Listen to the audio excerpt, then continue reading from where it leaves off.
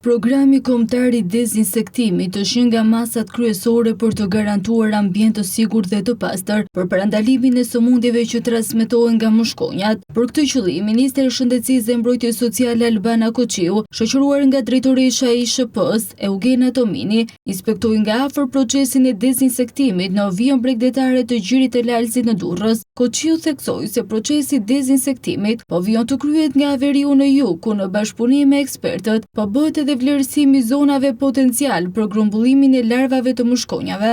Ekipet janë në terren për vlerësuar dhe për të kryer procesin rast pas rasti. Është një proces i cili kryhet periodikisht, çdo 2 javë, mbasi bëhet një dezinsektim i tillë, vinë ekipet dhe bëjnë vlerësimet entomologjike, nëse ka qenë efektiv procesi, deri përsëritet sipas nevojës.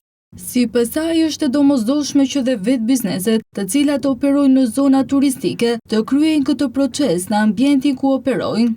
Është e domosdoshme bashkëveprimi edhe koordinimi me bashkitë, me operatorët privat edhe me pa diskutim sektorin e shëndetësisë, me qëllim fundor shëndetin publik të popullatës. Procesi dezinsektimit është shtrirë në 6 bashki të vendit në zona turistike, parqe, kanale, pellgje, zona urbane, Bodrume dhe Puseta, e do të vijojë në mënyrë periodike deri në fillim të muajit tetor, me qëllim garantimin e një sezoni turistik të sigurt dhe të shëndetshëm.